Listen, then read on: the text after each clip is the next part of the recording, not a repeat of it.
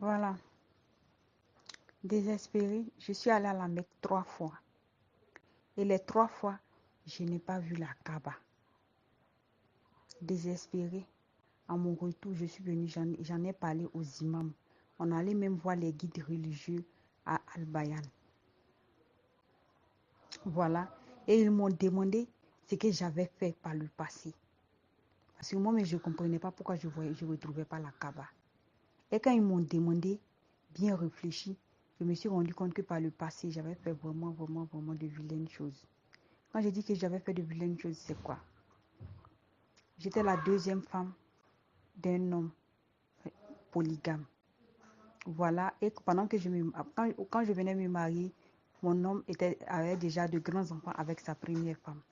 Il y a 4 grands enfants avec sa première femme. Voilà. Donc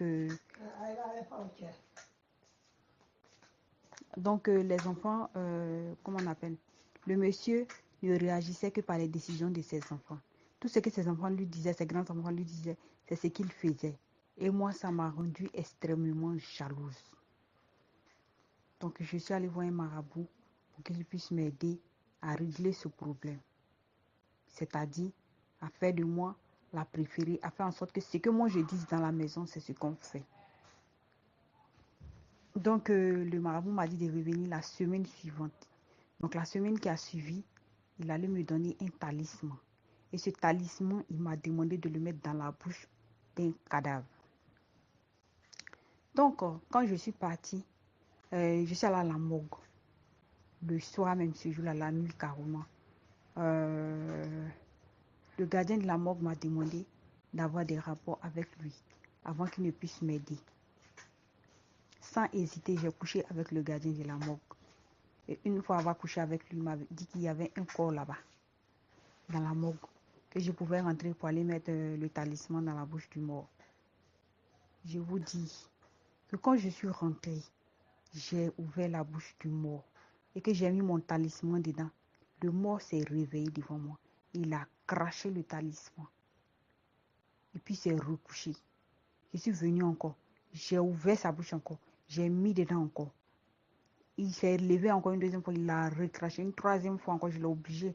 J'ai mis dans sa bouche encore. Il s'est relevé encore. Il a recraché le talisman. Quand il a fini, il s'est recouché. Donc je suis allée dire au gardien de la morgue. Et il m'a donné du fil du fil et une aiguille. Il m'a demandé de mettre dans sa bouche et de recoudre. Je vous dis que quand j'ai mis le talisman dans la bouche du corps que j'étais en train de coudre, le mort a coulé des larmes. Le mort a coulé des larmes. Et quand il a coulé des larmes, je n'ai pas arrêté. Quand j'ai fini, je suis partie. Je suis quittée là-bas, ça n'a même pas fait une semaine que parmi les 4 enfants de mon mari, il y a 2 qui sont décédés. Il y a un qui est mort par accident et l'autre est mort d'une courte maladie. Maintenant, il y a un qui est devenu fou et l'autre est devenu extrêmement pauvre.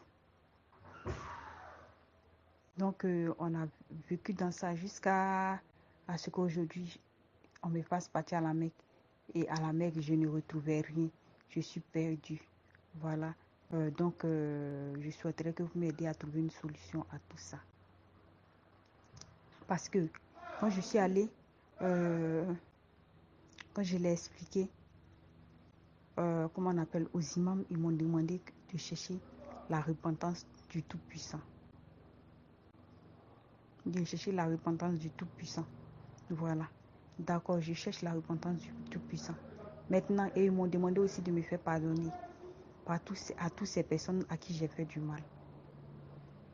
D'accord, je vais chercher à me faire pardonner à toutes ces personnes-là. Et on me demande de dévoiler, de dire tout. Comment faire pour dire tout ça sans créer des dégâts? Et comment faire pour retrouver, comment on appelle, pour retrouver mon intégrité d'avant? Je vous en prie, aidez-moi. Je suis désespérée. Ah, j'aurais voulu expliquer en Djoula, mais c'est plus fort que moi. L'histoire est trop longue, donc pardonnez. Essayez de comprendre.